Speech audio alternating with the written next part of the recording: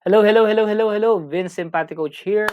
And today we're talking about why Facebook ads. So bakit nga ba? Sa dinami-dami bakit hindi Reddit, Snapchats, Google, YouTube, TikTok, etc. No? So bakit sa dinami-dami Facebook ads? Alright. So kung ready ka na, let's go. Una sa lahat, kung bakit Facebook ads is because of this. Yan, no? Yung user base. So, with over 2.8 billion monthly active users, Facebook is one of the largest social media platforms in the world.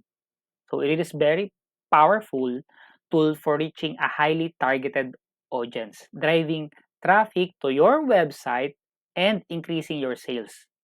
Diba? So, napakagandang gamitin talaga ng Facebook kasi dito pa rin or top of the list pa rin yung Facebook sa pinakamaraming active users sa buong mundo.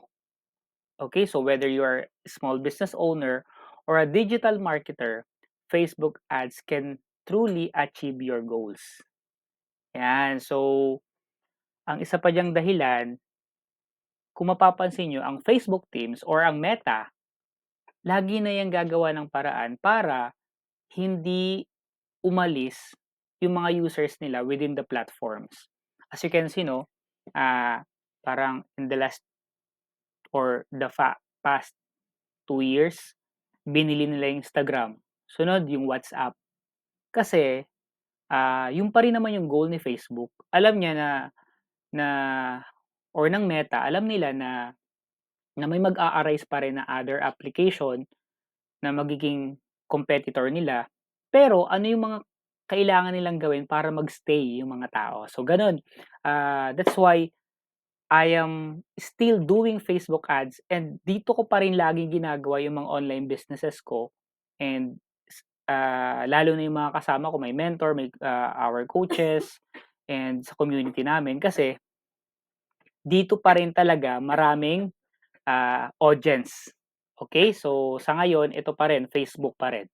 Okay, and aside from that, bibigyan kita ngayon ng 6 reasons bakit nga ba Facebook ads din yung ginagamit ko. So I tried other platform naman pero dito talaga ang pinaka nagustuhan ko is because of this 6 reasons.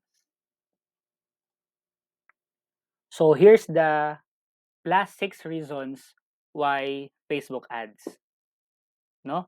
So number 1 is targeting. You can micro-target your audience based on age, location, interest, no? Like, saan ba sila mahilig, anong hobby nila, no? Mas mahilig ba silang pagkain, travel, vitamins, wellness, etc. Cellphones naman, no? Like, are they using Samsung or Androids or iPhones, no? OS, Mac or Windows or other operating systems, etc. So it's very important na nata-target mo sila at the very narrow na interest. So malaking bagay 'yun 'no sa mga advertiser. Pangalawa naman is yung remarketing. Remarketing, you have the power to retarget people who already engage with your brand. Ibig sabihin, for example, I ran a campaign 'no sa Facebook and then kahit hindi sila nag-click or nag-click man sila pero nag-view sila, I can already retarget or remarket those people, 'no? Puwede kasing nag-run ka ng ads, hindi sila nag-like, hindi sila nag-comment, pero nakita nila, sinilip nila, pinanood nila yung videos. So, puwede kang mag-run ng campaign para ma-retarget sila, then saka mo ipapakita yung offer. Kasi aware na sila, eh, pinanood na nila yung videos mo. Ngayon, ano na yung offer mo? So, that is, part of the strategies ng remarketing or retargeting those audiences. Pangatlo is yung ad type flexibility. I really love this one kasi hindi sa lahat ng platform nakakapag-offer ng iba-ibang klase ng ad type. No, dito sa Facebook, pwedeng images, videos, collections, dynamic, carousel, di ba, yung ini-scroll lang. Meron pa nga dito yung integration sa Shopee, tas Lazada, no? And pang-apat naman is yung low cost if you set it properly. So this is very important, no?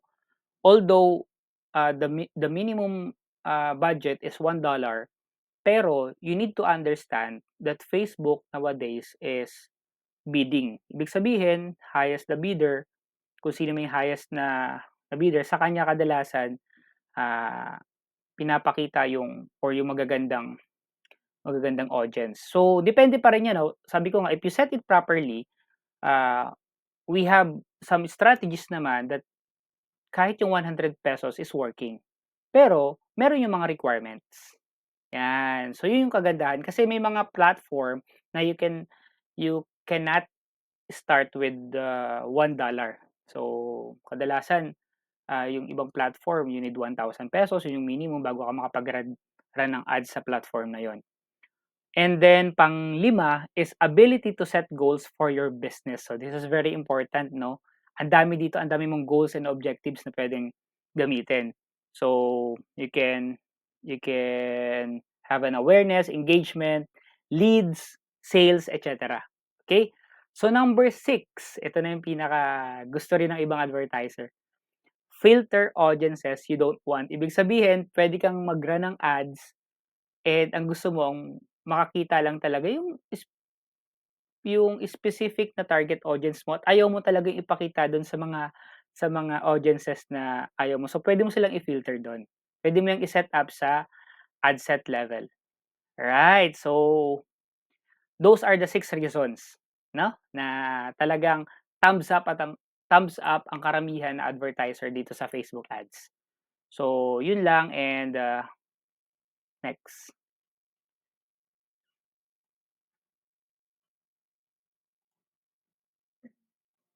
Hi. So, yun lang naman yung one of the reasons or, ah, mga dahilan kung bakit maraming gumagamit ng Facebook ads. So ito 'no, i-share ko lang sa inyo yung isa sa mga, insights ko, bakit nga ba yung Facebook ads is talagang magla-last long or like a lifetime. Kasi as you can see, lalo tayong mga Filipino, ang daming gumagamit ng Facebook kasi kumikita sila. So isa yang way ni Facebook para yung mga tao mag-stay within the Meta family, 'no? So sa Facebook lang, that's why, they give these incentives especially dun sa reels, yun 'di ba makikita ka ng pera, kikita ka ng dollars, you will earn stars, et cetera. So those are one of the strategies they made para yung mga users, kahit maraming magsulputang magagandang platform, people will always stay on Facebook. And so far, Facebook pa rin ang may pinakamagandang, platform to build a community, 'yan. So, that's why sinasabi ko sa inyo that Facebook ads is or will always be or gonna be a top skills pa rin, in case of marketing. Kasi sabi ko nga, hindi mawawala 'tong skills na 'to dahil sabi din ng mga mentors ko 'no, isa sila sa mga matatagal na sa industry, they are also a foreign mentors, mga taga-ibang bansa sila especially from US, na sabi nila, yung mga ginagawang strategy ng Meta will surely make all the users stay within the Meta family. 'Yan. Tapos yung acquisition pa rin ng clients na skills kahit anong magbago man ang panahon, mananatili yun, eh, yung how you gather, clients dun sa business. Yung skills na kung papaano ka magdadala ng client kasi kahit anong ganda ng negosyo mo, kahit anong ganda ng serbisyo mo or anumang brand na pino-promote mo, if you are not, ah promoting or if you're not getting leads, clients dun sa product is hindi mag-i-scale talaga yung negosyo mo. So, yun lang and I hope may natutunan ka and see you on the next module.